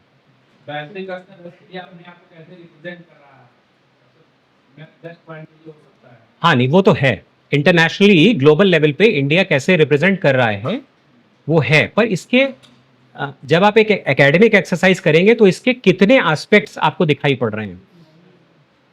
तो हमें ये है इकोनॉमिक हो गया, एजुकेशन हो गया, पॉलिटिकल हो गया, तो मतलब कई सारे आयाम हैं, तो मिलते हैं किसी एक मतलब जैसे इकोनॉमिक को तो रिजॉल्व हो सकते हैं सर, मतलब सारी चीजें सारे कॉम बिल्कुल सही है, और बताएं कोई। स्वाभाविक भी ले सकते हैं, क्योंकि भारत को इग्नोर नहीं किया जा सकता है भारत की वैश्विक स्तर पे। G20 को कल को यूएन सिक्योरिटी काउंसिल तो भारत के लिए स्वाभाविक बात है। और बताइए इसके और भी बहुत तरीके से इसको आप सोच सकते हैं। स्टूडेंट एक्सचेंज प्रोग्राम भी चलाया है, एक हमारा वो काउड यूनिवर्सिटी चलाई है, उसके बाद वैक्सीन वगैरह का ग्लोबल वैक्सीन लगाया जाएगा। फिर हम इसको दूसरी बात G20 नेशंस कौन से हैं।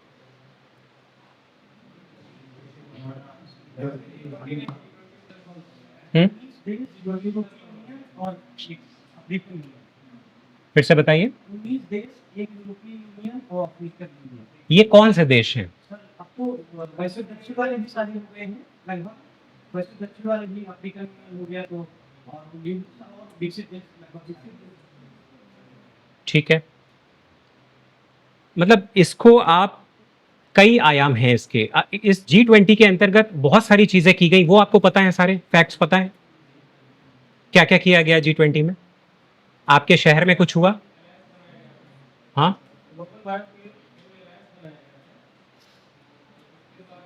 G20 की थीम पे कई सारे सेगमेंट्स में कई 20 करके बहुत सारी समिट्स हुई हैं, आपको पता है। जैसे लखनऊ में हुई यूथ समिट हुई, Y20 हुआ। हाँ हाँ, तो इस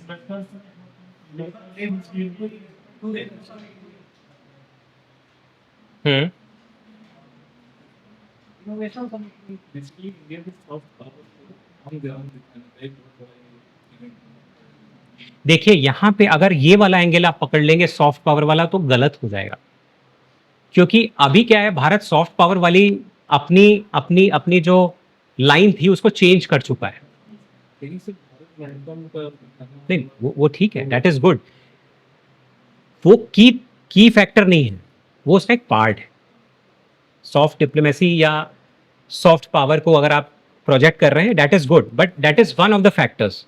अगर उस डायरेक्शन में आके ले जाएंगे, आपको डायरेक्शन कौन सी पकड़नी, नेतृत्व की बात हो रही है इसमें। तो जो वर्ल्ड लीडर बनने की है ना, वो अक्सर बोलते हैं कैसे, मतलब जैसे कि ये G20 कैसे मदद कर रहा है हमारी। G20 जो भी G20 का भी अपने यहाँ भारत में हुआ था, जिसमें कि दिखाया कि हम लोग किस तरीके से मैनेज कर सकते हैं चीज़ों में, मतलब अलग अलग देशों के साथ हमारी बॉन्डिंग क्या है। मतलब जैसे कि मुद्दा उठाया हुआ तो यूक्रेन के साथ भी हम डील कर रहे हैं, उधर रशिया के साथ भी हम डील कर रहे हैं, तो कहीं ना कहीं दिखाता है कि मतलब वर्ल्ड लीडर इन वो भी देखिए इसके कई आयाम हो सकते हैं, अब आपको ये देखना है कि आप कैसे इसको इंडिया को प्रोजेक्ट कर रहे हैं। इसमें basically India as a leader in the context of G20 nations, है ना। G20 का जो प्लेटफॉर्म है, जो फोरम है, वहाँ पे भारत कैसे लीड कर रहा है, कैसे एक नेतृत्व प्रदान कर रहा है, उस विषय पे आपको केंद्रित रहना है। अब वो उसके कई आयाम हो सकते हैं, जैसा आप लोगों ने बताया, काफ़ी ठीक बताया।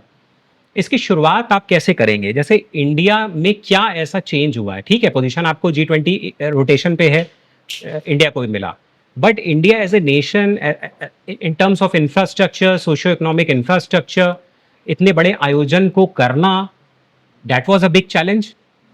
ठीक है, तो उसमें भी काफ़ी कुछ बदलाव आया है। उन बदलावों को भी आपको in terms of management, organizing this whole summit, G20 summit, वो बड़ा इंपॉर्टेंट है। ठीक है, एक तो इस पे आपको थोड़ा सा फोकस करना है। दूसरा आपको ये ध्यान रखना है कि जियोपॉलिटिकली जो G20 में इसीलिए पूछ रहा था कि G20 के पार्ट नेशंस कौन कौन सा हिस्सा है, उनके साथ उनकी इक्वेशंस को भी ये दर्शाता है। ठीक है, बड़े प्लेटफॉर्म पे, बड़े फोरम्स पे इंडिया एक तरीके से डायरेक्शन दिखा सकता है, दिशा दे सकता है, वो चीज को हाईलाइट करना। ठीक है, then coming on to the central theme and logo of that, जैसा आपने बताया था कि उसका लोगो क्या है, उसकी सेंट्रल थीम क्या है, उसको अभिव्यक्त करना। ठीक है, फिर going back to the period of independence. ठीक है, अभी पहले पहले क्या था बेसिकली, पंचशील के सिद्धांत थे। ठीक है, बहुत सारे ऐसे पीस डिप्लोमेसी में भी इंडिया ने पार्टिसिपेट किया है, पीस टॉक्स में भी पार्टिसिपेट किया है। मतलब एक इंटरनेशनल लेवल पे उसकी जो ग्रोथ है धीरे धीरे धीरे, this is one of the milestone in that process. बहुत सारे जो चीजें रही हैं उसमें G20 समिट एक बड़ा माइलस्टोन रहा। इस तरीके से उसको, उसकी जर्नी को रिफ्लेक्ट करना है, एक यात्रा को दिखाना है कि इंडिया कैसे, कौन कौन से लैंडमार्क्स है, तो वो लैंडमार्क्स आपको ठीक से पता होने चाहिए, डेट्स पता होनी चाहिए। ठीक है, कैसे कल्मिनेट कर रहा है G20 लीडरशिप। अब वो धीरे धीरे सॉफ्ट पावर से बढ़कर एक इकोनॉमिक पावर के रूप में बदल रहा है, फिफ्थ लार्जेस्ट इकोनॉमी की तरफ बढ़ रहा है। ठीक है, हालांकि इसके नेगेटिव एस्पेक्ट भी है, लेकिन जो एसए की डायरेक्शन है वो इस तरह से कुछ होनी चाहिए। लीडरशिप जो वर्ड है, वो लीडरशिप आपको अलग अलग कॉन्टेक्स्ट में रिफ्लेक्ट करना है, that is the main thing. उससे कनेक्टेड रहेंगे तो आपका ऐसे बहुत शानदार बन जाएगा। इंडिया की लीडरशिप की बात करें तो यहाँ नाउ कोई चाइना है, चाइना के बारे में कुछ लिख सकते हैं कि चाइना कौन कर सकता है, उससे मिले कॉरिडोर बना के। Don't deviate, don't deviate. Reflect on the positive aspects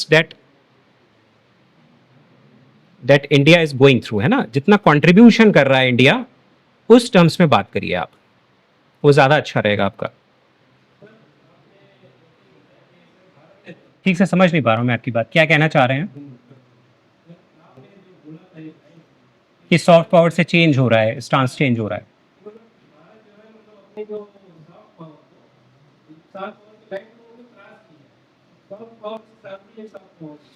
ठीक है,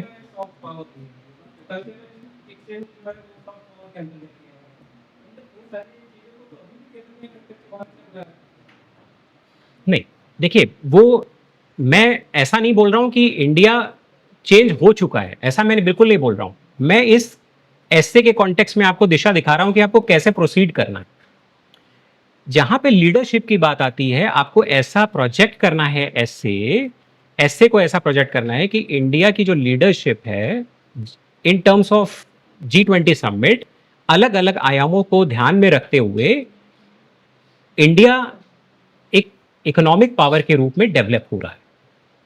क्योंकि इसका जो आशय है वो समझने की कोशिश करिए। ये केवल ऐसा नहीं है कि एक छोटी सी समिट हो गई, ये कई दिनों तक इसके बहुत सारे प्रिल्यूड चला, फिर आगे बहुत सारा चला, बहुत समय तक चला ये, और इसके अंतर्गत अलग अलग पक्षों को रखा गया। ठीक है, अंतर्राष्ट्रीय स्तर पे भी, सामाजिक स्तर पे भी, आर्थिक स्तर पे भी। तो मेरा जो कहना था कि सॉफ्ट पावर से इकोनॉमिक पावर की ओर वो बढ़ रहा है। न्यूट्रलिटी कहीं कहीं नहीं भी हो रही, कहीं कहीं इन सम केसेस अपवाद के रूप में, जैसे हम चलते थे कि हम न्यूट्रल रहेंगे, लेकिन अभी आपको पक्ष रिफ्लेक्ट भी हो जाते हैं, आपको साइड्स रिफ्लेक्ट भी हो जाते हैं। ठीक है, ये मैं ऐसा नहीं बोल रहा कि ये सही है या गलत है, मैं उस बारे में ऐसा नहीं बोल रहा हूं, वो एक अलग डिस्कशन हो जाएगा। मैं सिर्फ ऐसा बोल रहा हूं इस ऐसे के अंतर्गत आपको कैसे प्रोजेक्ट करना, वो दिशा क्या होनी चाहिए। ये समान किसी चाइना में किसी विषय पर काम कभी कभी ऐसा होता है सदस्य उसके ऊपर क्या नहीं उसके भावनाओं कैसे बिल्कुल कर सकते हैं। अब जो चीजें जो इंपॉर्टेंट हैं, एक्सप्रेशन की मैंने बहुत बात की, उन एक्सप्रेशंस को आप कैसे बेहतर कर सकते हैं। आर्ट ऑफ राइटिंग बहुत इंपॉर्टेंट है, स्किलफुल राइटिंग, अच्छी वोकैबुलरी, अच्छे शब्द। अगर आप हिंदी में लिख रहे हैं तो अच्छे शब्दों का चयन करिए, चलताऊ भाषा में बिल्कुल नहीं होना चाहिए। ठीक है, एकदम चलताऊ भाषा में, ये एक एकेडमिक एक्सरसाइज है, आपको दूसरों से एज लेनी है। जैसे ही वो भाषा, आपका कंटेंट कितना भी अच्छा हो, मैं बता रहा हूं, जैसे ही आपकी भाषा लड़खड़ाई, आपका पढ़ने वाले का इंटरेस्ट लूज हो जाता।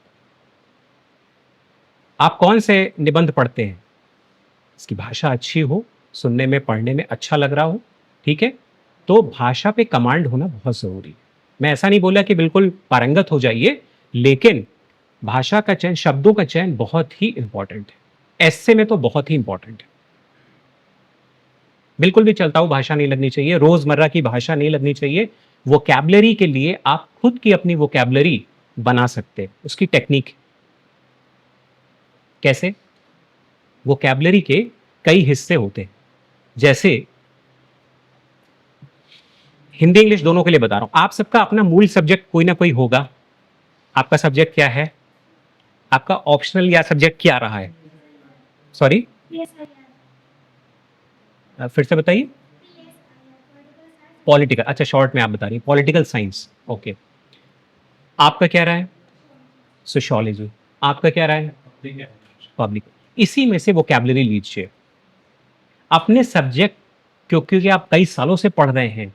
Take that vocabulary and use it in your terms, in your answers. Best form में, आपको कहीं जाने की जरूरत ही नहीं है नए शब्दों के लिए। पॉलिटिकल साइंस में भरमार है, ह्यूमैनिटीज में शब्दों की भरमार है।